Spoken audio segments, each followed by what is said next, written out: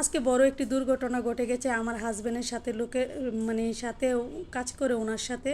তো প্রবাস জীবন কত কষ্টের, সেটা কত সম্মুখীন হতে হয়, কত কিছু সেটা না শুনলে বুঝতাম না। তো শুনে খুব খারাপ লাগা, ঘুম থেকে উঠে একটু মনটা খারাপ হয়ে গেছে। হাজবেন্ড কল করেছিল, তো হাজবেন্ডের সাথে কথা বলতে বলতে হঠাৎ করে শুনি হাজবেন্ডের পাশের লোক উনি পুরো মাসে যে ইনকামটা করেছে, ইনকাম সব মিলিয়ে সব কিছু মিলিয়ে উনির কাছে 50,000 টাকা ছিল। তো সৌদি আরবের প্রায় 1600 রিয়ালের মতো। তো এই টাকাটা উনির পকেট থেকে কে যেন নিয়ে গেছে, রুমে শুয়েছিল, তো উনির পকেটে নাকি টাকাটা ছিল, তো টাকাটা কে যেন নিয়ে গেছে। তো উনি ডিউটিতে এসে পকেটে হাত দিয়ে দেখে টাকাটা নাই। তো আমার হাজবেন্ডের সাথে শেয়ার করছিল। তো আমার হাজবেন্ডের সাথে উনি কাজ করে, ব্যাপারটা শুনে খুব খারাপ লাগছিল আর কি। অনেক কষ্ট হচ্ছিল যে একটা প্রবাসী কত কষ্ট করে পুরো 1 মাস কাজ করে, 1 মাস ডিউটি করে, উনি কত কষ্ট করে নিজের কষ্ট করে খেয়ে, কষ্ট করে ঘুমিয়ে এত কিছু করে টাকাটা ইনকাম করেছে। তো উনি পকেট থেকে কে যেন নিয়ে গেল, শুনে ব্যাপারটা অনেক কষ্ট লেগেছিল। তো আর কি করার, সকালবেলা উঠি কল করার পর থেকেই মনটা কেন জানি খারাপ লাগতেছে। হয়তো উনি ভাগ্যে টাকাটা নেয়, আর যে নিয়েছে ওই বাকি কত ছোট লোক দেখেন, আরেকজনের পকেট থেকে কিভাবে টাকাটা নিয়ে গেল। তো উনি হয়তো আন্দাজ আছে কে নিয়ে গেছে, কিন্তু সরাসরি যেহেতু প্রমাণ নেই তো বলতেও পারছিল না আর কি।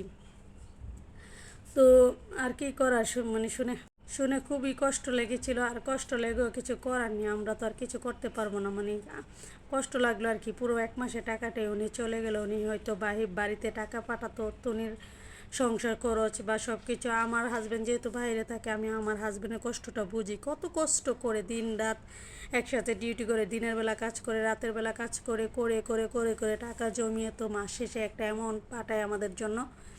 তো আমার হাজব্যান্ড যদি সবারই হাজব্যান্ড যদি কাজ না করতো, প্রবাসে গেলে যে কী কষ্ট করতে হয় সেটা আমি নিজে না গেলে বুঝতাম না। আমি নিজে যে গিয়েছি, সৌদি আরবে গিয়েছি, হাজব্যান্ডের এখানে গিয়েছি, তো দেখেছি উনি আমাকে রেখেও আমাকে যে একটু সময় দেবো, ওই সময়টা উনির কাছে তেমন ছিল না।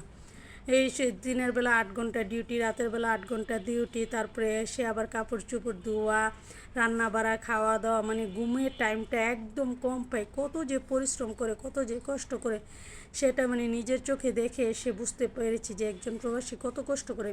এই যেমন আমার বাবা থাকে, আমার ভাই থাকে, তারপর আমার দেবররা থাকে, কত কষ্ট করে তারা সবাই। তো এই কষ্টে টাকাগুলো যদি কিছু হয়ে যায়, এর চেয়ে কষ্ট আর কিছুই নেই। এই কষ্ট কাউকে বলে বোঝানোর মতো নাই।